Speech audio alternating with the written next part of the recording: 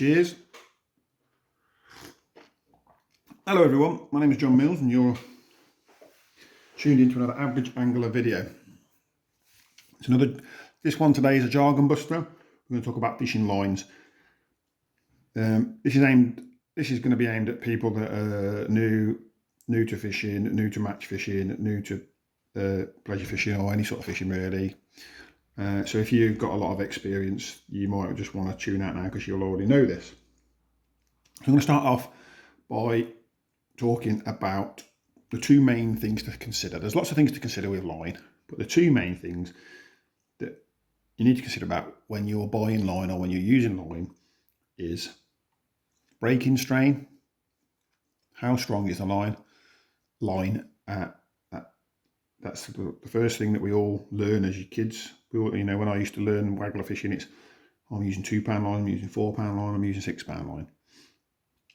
The second thing to consider is the diameter of the line.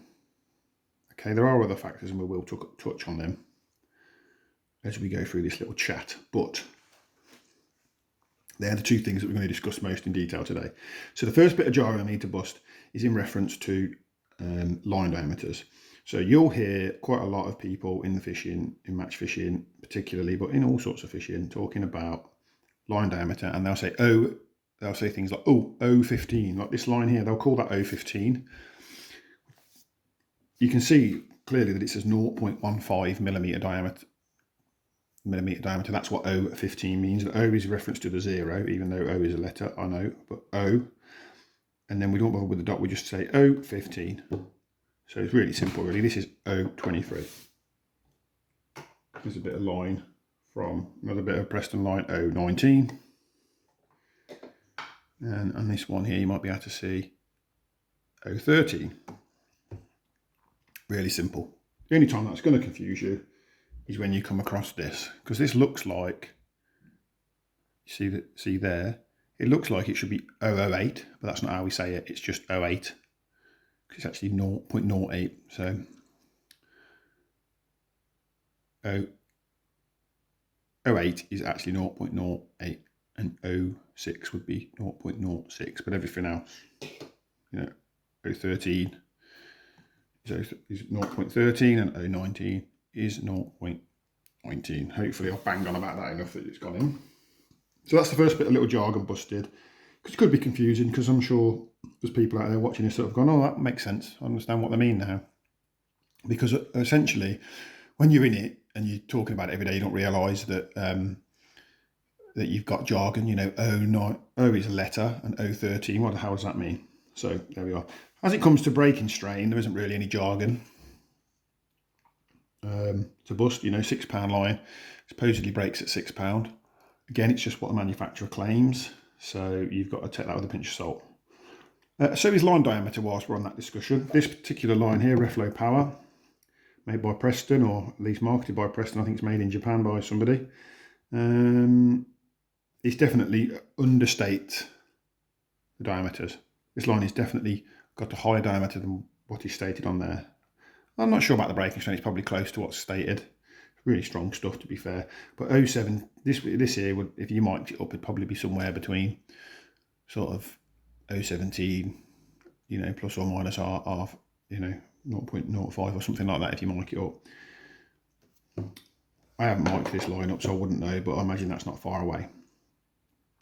So that's that little bit of information. So we know about the line diameter, and we know about the breaking strain. Now, what is interesting is you'll hear people talking, and here's a cracking example. When they're talking about real line, particularly feed line, they say, "Oh, what feed line do you put on?" "Oh, I have 8 pound line on." Go, "Oh yeah, 8 pound line. What up length?" "Oh, 0.15 up length." Hang on a minute. Why would you start talking about feeder line as in pounds breaking strain and then suddenly reference the diameter of the line for the hook length? Well, it's because what you're talking about are the things that matter. With a feeder line, you just want to know how strong it is, generally, unless with the exception of perhaps long distance casting where you might want a very low diameter line to give you an extra bit of distance. But we'll just put that aside for a minute and we'll just talk about sort of moderate distance fishing, 30, 40 metre fishing, maximum. On most commercial fisheries and most of the sort of fishing that most of us do, even on rivers and stuff, we're not chucked that far, generally. And, you know, what we want to know from our reel line is how strong is it? Is it going to do the job? Okay, so that's why we talk about the strength of it. When it comes to the hook length, what we want to know about is how much finesse has it got?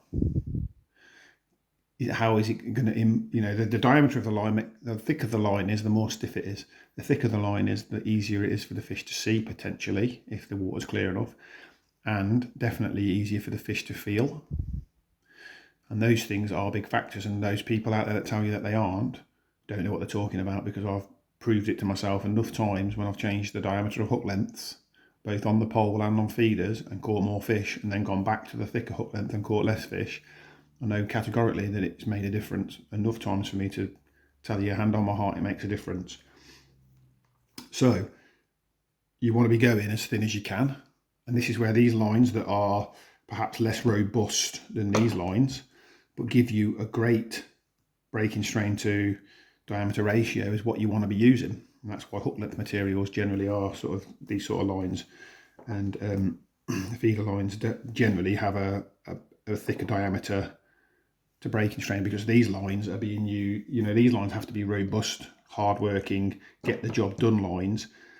These lines have to be finesse. We've got a hook on, we're trying to make the bait look natural, we're trying to make the bait behave naturally.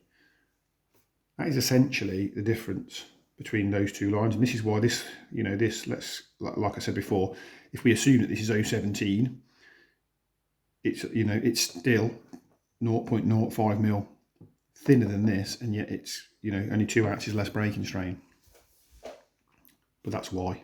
So we tend to use this sort of line even to make on our main line on pole rigs, because pole rigs generally come under less abuse than perhaps feeder hook lengths do, or feeder main lines do. And I've actually used this line also on occasion for pellet waggler fishing. I'm not recommending that you do that, but I have used it and got away with it. So it is something you could consider doing. I'd like to just put a caveat that, yes, this is Preston and this is Preston. I'm not telling you to go out and buy Preston products. These are just two things I had in my shed. I do use Preston products, but I'm not going to sit here and tell you to buy them. I'm not affiliated with Preston. I'm not making any money out of selling Preston products, so I'm not going to do that. But also, I haven't tried every product on the market, so I don't know which ones are the best. I'm not really showing you these two products because I feel like they're the best things in the world, although I'm not poo-pooing them because I've used them both and they've not let me down. I'm just using them to talk about this diameter and weight, the diameter and the breaking strain relationship. So we did say they were the two main factors, and we have kind of touched on some of the factors without really making a point of it, but we touched on the fact that this sort of line here, this line here, which, you know, says on it feeder mono, it has a characteristics such as better abrasion resistance than this, probably a bit more stretch than this, which allows it to be a little bit more tough and hard wearing, and it sinks. It's a little bit more or a little bit less buoyant, if you like, than this. And this is probably neutrally, around about neutral, like I said. It might even float. I've not actually tried it. Obviously, that's another characteristic that you want from a feeder line, because you're fishing on the bottom, you want your line to get down. And with this sort of hook length line or pole fishing line, you might want something that can sit up in the water as well. So there's some factors. All right, you want a good breaking strain to diameter ratio with these lines. You are compromising a little bit and getting a little bit less of a less robust line, but you're hoping that if you're using it on a pole, for example, you're hoping that the elastic will take the hit and the strain. And if you're using this as a feeder hook length, you're hoping that this feeder line, with its extra elasticity and robustness, will take most of the pressure off of this hook length material. So hopefully that has cleared up some things for some people, and see you again soon, guys. Thanks for tuning in.